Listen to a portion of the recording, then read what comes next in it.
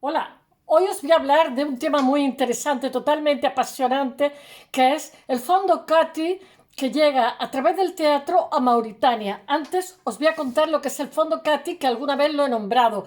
El Fondo Cati es una biblioteca, una colección documental. Cati, aunque ha devenido en Cati, era Kuti, que significa godos. Cuando llegaron los godos, que eran los bárbaros, que eran germanos, llegaron hasta el norte de Marruecos, llegaron sin familia. Entonces los romanos eran analfabetos, los romanos, que se consideraban superiores en formación intelectual y cultura y tal, los discriminaron. Y entonces decían, por ejemplo, hay pueblos que se llaman en Murcia las Torres de Cotilla, que son las torres de los godos. Los marginaban, no se querían mezclar con ellos. Al final todo el mundo se mezcló, afortunadamente, pero pasaron. Entonces Cuti es godos, o sea, son los germanos, los rubios. Por eso en España estamos tan mezclados, unos somos morenos, otros son rubios, etcétera. Bueno, pues hay una familia en Toledo, por resumiros, que hace una biblioteca. Se dan unas condiciones adversas, tiene que huir y exiliarse, y entonces se lleva su biblioteca encima y se va a África, al Imperio Songhai. El Imperio Songhai llevaba unas caravanas. Los hispanos hispano-árabes hacen de mercenarios, porque era el último islam culto, eran cultísimos.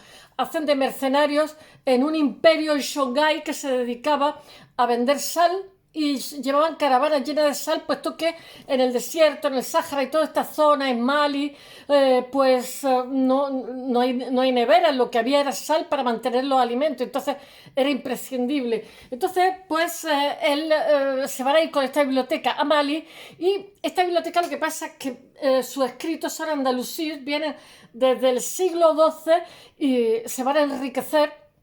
Hay 12.000 textos, 400 son andalusíes, de hace más de 500 años. Pero hay textos también antiguos hebreos, hay textos en castellano antiguo, hay textos árabes, en fin, es maravilloso. Lo que pasa es que hubo un problemita, y es que los fanáticos musulmanes invadieron Mali y toda esa zona, y entonces pues el que custodiaba, la Junta de Andalucía pagó un edificio y, digamos, pagaba como si dijéramos un sueldo. Entonces tuvieron que esconder los textos. La gente de la calle los escondió bajo la arena, se distribuyó entre mucha gente, y otros se trajeron a España con este señor, y lo que están haciendo es digitalizándolos.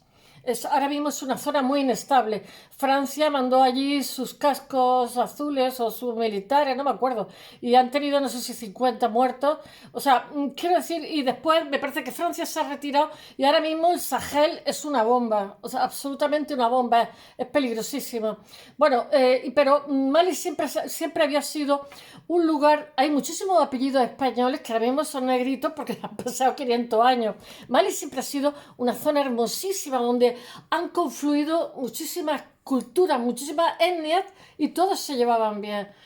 Musulmanes, de todo, pero de pronto han llegado los radicales, y entonces pues a lo mejor las chicas iban vestidas, o sea, de cintura para arriba iban desnudas, y después llegaban una falda larga, porque antropológicamente ellos ven más indecente enseñar las piernas y los muslos que enseñar el pecho. Sin embargo, a nosotros los occidentales enseñamos los muslos, pero sin embargo nos parece como indecente. En fin, en cada lugar tiene sus valores. Lo que quiero deciros es que ahí convivían muchas culturas, muchas perspectiva, por decirlo de alguna manera, y ahora mismo es una zona peligrosa, y todos los occidentales que tienen casa allí no van. O sea, nuestro Miquel Barceló, el artista, ni lo pisa.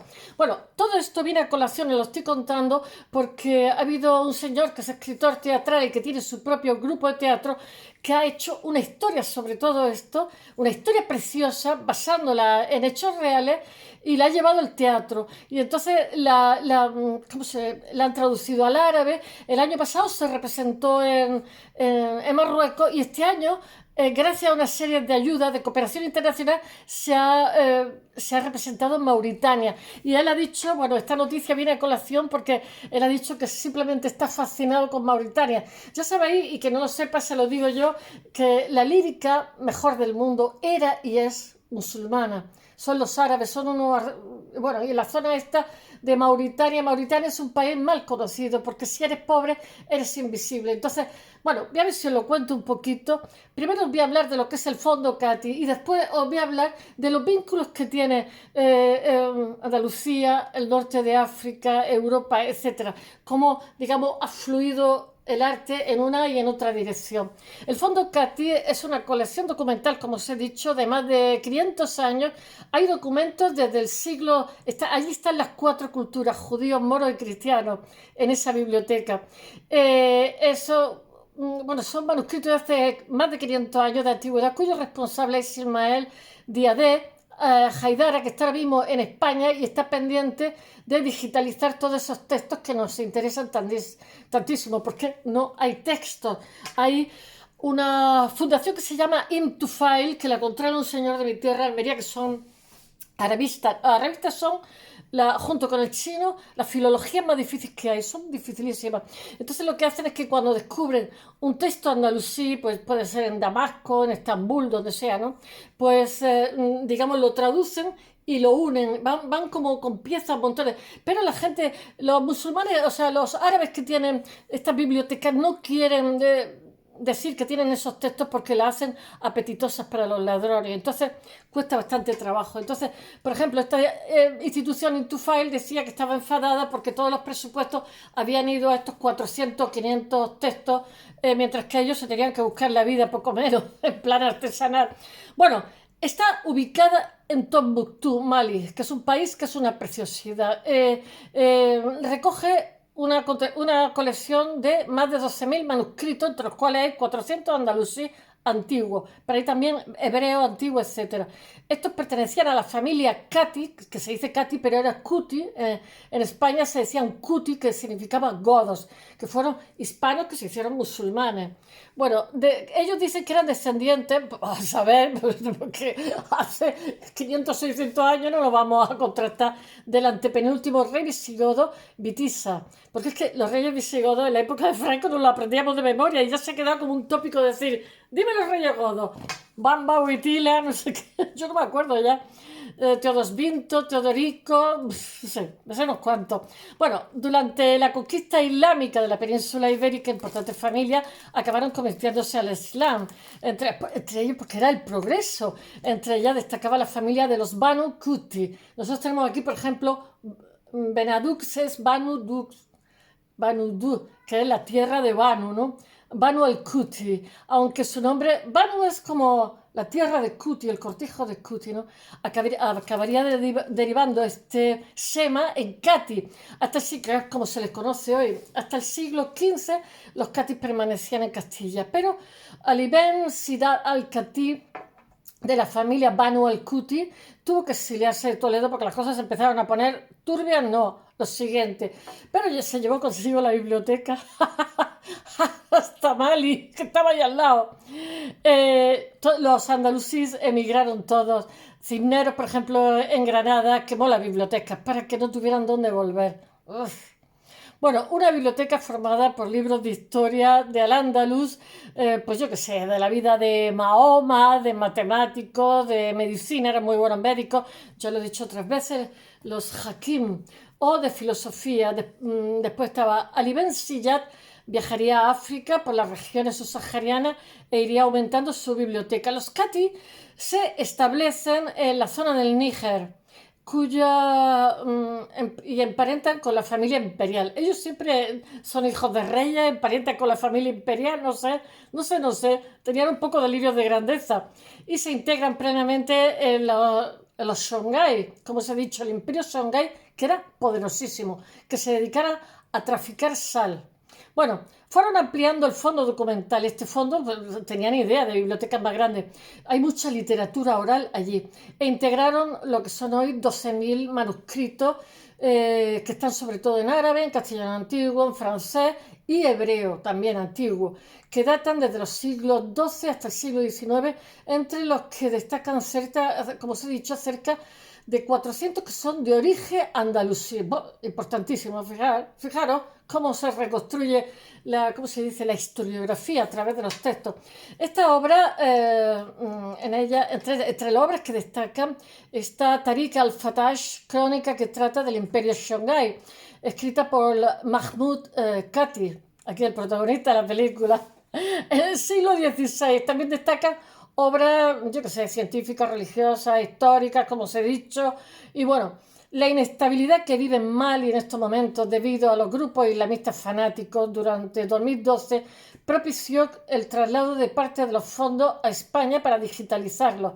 Se vino también el señor que lo llevaba, pero antes dejó a buen recaudo los textos, porque si estos fanáticos lo pillan, lo queman todo, queman, no sé, 800 años de textos, judíos, moros y cristianos. Entonces dijeron estos, tráete para acá y tal, y te... Bueno, el caso que lo están digitalizando, impulsados por... Bueno, esto está patrocinado por la compañía de seguros DKV, Cajasol, la Junta de Andalucía, en fin, está todo el mundo poniendo dinero desde 2012, año en que una gran parte de la biblioteca salió de Tombuctú para salvarla. Y el resto se quedó enterrada en arena, que mantiene bien los textos. La Fundación lleva una intensa labor de protección, restauración, etcétera, y digitalización de los manuscritos. España y el norte de África se han abrazado siempre durante siglos, han tenido una historia de amor. Los vestigios de esta historia de amor está por todas partes, escondido en la lengua y en el baile y en las tradiciones. Hay unos guitarristas en Marruecos de guitarra española que para qué. Y en las tradiciones, en el arte, en la poesía. Nuestro arte flamenco tiene que ver con África, o sea, tiene unos ritmos africanos, en la forma de ser, de comer, vestir, en nuestra poesía también, en las miradas, en los genes, miles de pelitos morenos, en los antiguos legajos esparcidos por el desierto. Esto lo propone un dramaturgo que es asturiano, por cierto, que se llama Marcos Magoa. Gracias, Marcos, por escribir con su obra. Un día os hablaré de un general que se fue al Imperio Songhai de aquí, de esta tierra, porque es una historia preciosa. El mismo dolor que se representó en Mauritania en enero y en febrero y que comienza en Córdoba en el 979 con la quema de la biblioteca por Almanzor. Almanzor se cargó, ¿cómo se llama? ¿Fue Coruña? No, Santiago de Compostela, lo quemó. Y termina en Tombuctú. Pero es que tuvimos diferentes oleadas, porque todo el mundo dice, bueno, los moros, no, ya había diferentes. Estaban los supercultos que venían de Siria, los Omeyas, los de Arabia también, la dinastía Omeya, que era el único superviviente. Bueno, sacaron los manuscritos en 2012 de allí, de Tombuctú, para salvarlos de los radicales talibanes, los radicales musulmanes. 1000 años después, la belleza, el saber, bueno, que más que radicales, son radicales, ya está. La belleza, el saber y la cultura seguían siendo perseguidas después de 800, casi 900 años. Y aún hoy la obra se ha estrenado en Marruecos, que se ha estrenado el año pasado en Marruecos, ha sido llevada a Mauritania, a Tichit, una localidad en medio del desierto. Mauritania es mal conocida por los españoles, que estaba en la ruta de las caravanas hacia la curva del Níger, que los he contado, del Imperio Songhai, que llevaban caravanas de sal y las custodiaban los granadinos y los españoles. Bueno, porque eran tan españoles como nosotros. Dice, más que nada, cuenta el señor que ha escrito esta obra de teatro y la ha representado, más que nada él ha sido actor ahí también. Mauritania ha sido un descubrimiento para mí. Sabía su amor por la poesía, pero es más de lo que me imaginaba. Luego la logística de llevar toda la escenografía y vestuario a través del desierto fue complicadísimo, pero al fin y al cabo eso es lo que hacían hace cientos de años, cargados de libros. Hoy es más fácil que entonces. Bueno, la representación en Mauritania se secuestra gente, lo digo. Lo que pasa es que iría con gente del lugar. La representación de esta historia, esta histórica, bueno, coincidió con un festival que hay de la ciudad de Antigua, que se celebra, han tenido patrocinadores, y fue posible gracias al apoyo de la Agencia Española de Cooperación Exterior, Cooperación Internacional, Desarrollo, que se llama ESID, no sé cómo, del gobierno español y de la Embajada de España en Mauritania, que ha puesto muchísimo de su parte. Además, es una mujer y ha dicho que le ha encantado la obra de teatro. Bueno, él comenzó a escribir la obra junto después, porque el que ha escrito la obra se escribía sola casi. Dice que coincidió con el COVID, que se murió su madre y entonces se puso a escribir para no estar todo el día hecho polvo. Dice, lo más duro del confinamiento del COVID-19 coincidió con la muerte de su madre. Ambos acontecimientos dejaron huella en el proceso creativo. Dice, este fue un desierto duro de atravesar. Dice que estaba con una tristeza y que estaba haciendo cosas para no estar todo el día dándole vuelta a la cabeza. Dice, entonces entendí que desde hace miles de años son las cosas que nos unen a todas las culturas, a todos los seres humanos. La pérdida de una madre, nuestra fragilidad frente a una pandemia, la persecución a la cultura, los monstruos están aquí, han vuelto, la precariedad del arte, el miedo a la soledad, la necesidad de otro, de la belleza. ¡Qué bonito! ¡Qué bonito! Bueno, la obra cuenta la historia de dos jóvenes que se llaman Rafik y un árabe andalusí en busca de su amada, Cardel, que es un guerrero mozárabe en busca de su halcón, que me parece que lo interpreta el mismo que lo ha escrito, que ama la cultura árabe, dice que es preciosa, yo también la amo, me parece una preciosidad, que la interpreta el que la ha escrito. Bueno, tras la quema de la biblioteca de Córdoba por Almanzor, que es Al-Mansur, ambos deciden huir a África, llevando consigo algunos libros que han podido salvar de la biblioteca. Pero su viaje acá va a tardar 1000 años y se llenará de voces de poetas como Al-Mutanabbi, Il-Saidun, Balabent, Al-Mustakfi, Carmen Jodá, Al-Marri o Al-Mutamid. Bueno, hasta llegar a Tombuctú, su destino final se irá encontrando con otros personajes, como 3 tuaregs y un niño soldado. Esto aparece de verdad en la historia, llamada Rasul, que lo citan los cutis. Les recuerda que en los desiertos no crecen en las flores, pero crecen los versos. ¡Qué bonito! Bueno, la obra es un canto a la poesía andalusí y contemporánea, también el teatro. Todo esto lo voy a poner en mi blog y allí voy a hablar con vídeos de lo que ha sido los cutis, porque realmente el fondo cuti es lo que ha generado esta historia. Bueno, también la poesía andalusí contemporánea, el teatro y aquellos que atraviesan el desierto de la vida sacrifican todo para crear, para proteger lo bello. Dice el autor como homenaje a quienes a lo largo de la historia y ahora mismo tratan de cuidar los manuscritos, dice, la obra es un canto a la poesía andalusí contemporánea. También el teatro, aquellos que atraviesan el desierto de la vida, sacrificando todo para crear, para proteger lo bello, el arte, la ciencia, el amor. Estas personas fueron expulsadas hace siglos de la península, cruzaron el Mediterráneo, el Magreb, el Sahel, sembrando de bibliotecas Marruecos, Mauritania, Mali. Qué curioso que 1000 años después sigamos quemando bibliotecas, bombardeando teatros. Los yihadistas intentan quemar la biblioteca de Tombuctú, como el fondo Cati, lleno de manuscritos andalusí, que con tanto esfuerzo cuidaba el señor este de Mali, Ismael Diadé, ahora exiliado en España. Bueno, se ha hecho en Tichit la obra en Mauritania y en la Casa de la Juventud en Nouakchott. Además del árabe y el castellano en la primera versión, el autor incluyó otras lenguas también habladas en Mauritania, porque hay como muchas etnias. Europa puso, con Escuadra y Cartabón hizo países, pero realmente en un país hay diferentes etnias. Entonces allí hay diferentes lenguas como el pular, el wolf, el soniqué, para las representaciones de este país. Las has traducido a todas. Los 4 actores que representan a Rafik en diferentes momentos de la vida, hay 2 mujeres y 2 hombres, eran mauritanos, así como el niño que hacía de Rasul, que en Tichit fue Beshir, de 12 años, miembro de una familia propietaria de la casa donde se hospedaron durante su estancia en esta ciudad. Dice, son generosos, dice el autor, y con un talento único. El niño nos robó el corazón, dice el que escribió la obra. La obra es fruto de varios talleres de arte escénica que se hicieron, de escritura creativa impartidos por el propio señor que ha escrito la obra, Magua, en Sudán, Marruecos, y dirigido en lengua árabe a jóvenes actores, artistas y escritores técnicos. Cientos de familias mauritanas conservan desde hace siglos y con muchísimas dificultades un auténtico tesoro cultural compuesto por decenas de miles de manuscritos. Esto es Mauritania, atención, antiguo, en su mayor parte en bibliotecas privadas situados. Para un árabe lo más grande que había en el mundo era su biblioteca. Es que ellos son herederos de la cultura clásica grecolatina, con el creciente fértil, es un añadido.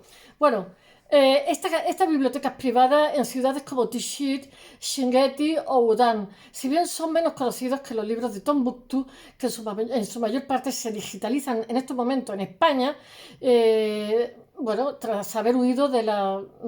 parte de los libros se están digitalizando en Bamako y parte en España. Digitalizar es lento, porque tengo amigos que han trabajado de eso.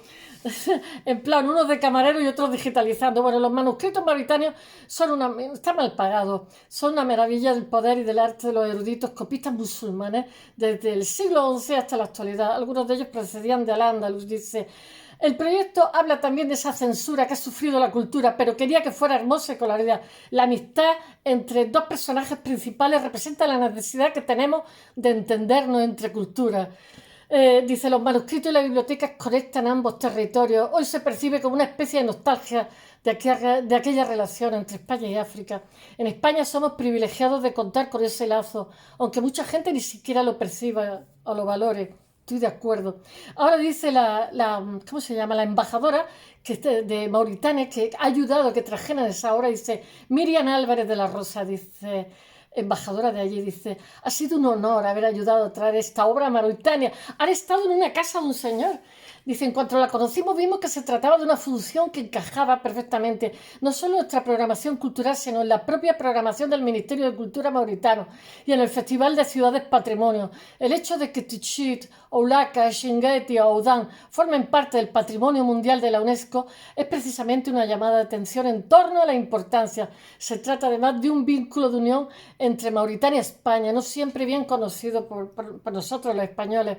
Como aquí también partieron el siglo XI los almorávides, que luego llegaron al Andalus, y por aquí pasaban desde entonces las grandes autopistas de la información que atravesaban África rumbo a Europa y por las que nos llegaban no solo telas, sal y especias, sino también algunos de los pilares de las que hoy es nuestra cultura. El mauritano es un pueblo orgulloso de su historia, tiene muy presente el vínculo con España y desde la embajada queremos, en la medida que podamos, contribuir a recordar ese vínculo y de ese modo agradecer a nuestros amigos mauritanos su cariño y su amistad. Bueno, espero que os haya gustado y bueno, ahora en el blog pondré más información. ¡Hasta mañana!